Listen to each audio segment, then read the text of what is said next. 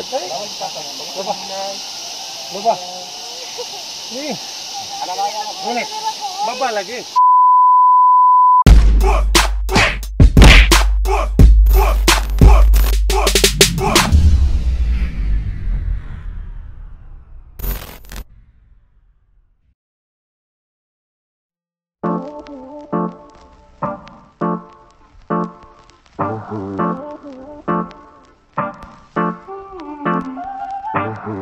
What's up, yo?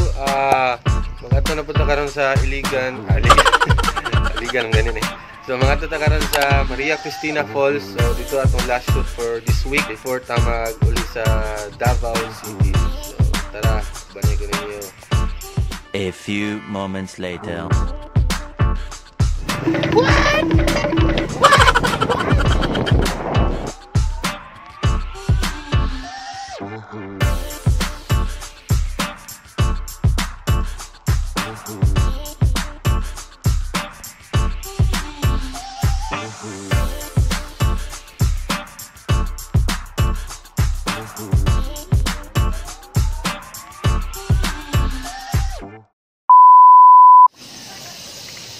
So here we are in Maria Cristina Falls. So layo pa lang daan. Kita na kayo tungod sa dako niya. And grabe ang tubig, makita din mo na perfect na tubig. But na sila cave dire. So madungog na to ang mga bass. Mga bass na naadrik.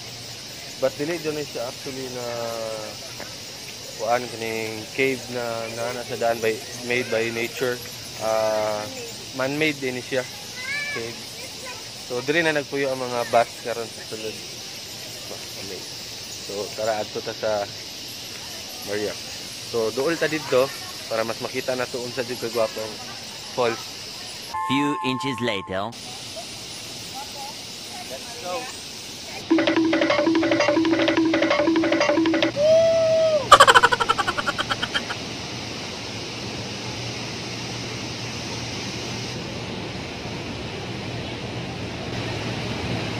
Grabe kagwapo.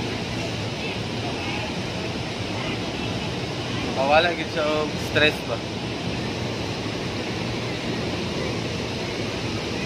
Dili ta pwede mo duol to kay actually kusog jud siya na water. Kusog kay ang current sa water sa Maria Cristina Falls.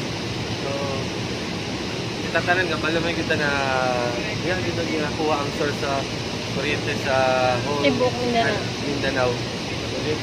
So dito pwede mo duol to kung bawal pa maligo.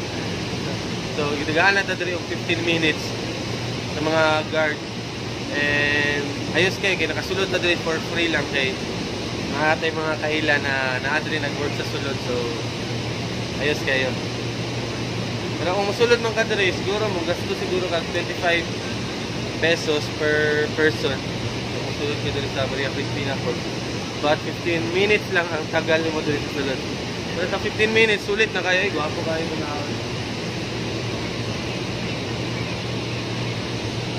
So mo gitawag po siya kuan Maria Cristina Falls kay tungod ana sila si Maria ug si Cristina magigsuon na sila.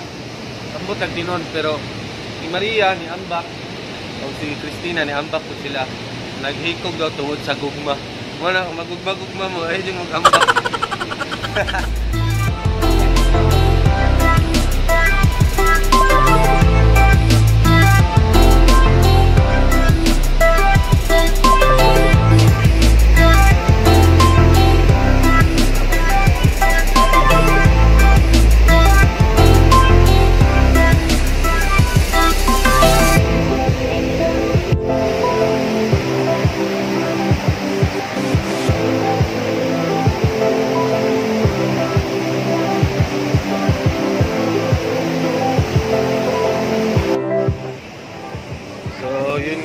So mana lagi ako sa likod ito na falls ko karon muli nami and that was the last part of our vlog this week here in Iligan City. So muli na ako Davao. So grabe sulit juga mo ang laag diri sa Iligan. Halos falls ang gyadto pero dili tanan jud kinayuban layo kayo dili na pwede masulod sa kalayo then magbaktas pa ka mag-climb pa ka tungod sa pang dito sa lisod kay atuon. But kani mga dugol gyud sa city na known na jud kaayo sa mga tao na ginaatuan gyud nila. So maatag yan niya, maatuan gyud nato dyan. Mo to siya last part sa tong vlog. Sa mga na-enjoy po sa ang vlog, this is my first time na mag-vlog ko.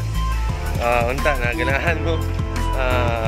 Pwede mo mag-comment diri sa baba kung sa may mga suggestions ninyo na pwede na tulagon diri sa Mindanao na mga falls, beach, unsa pa diya.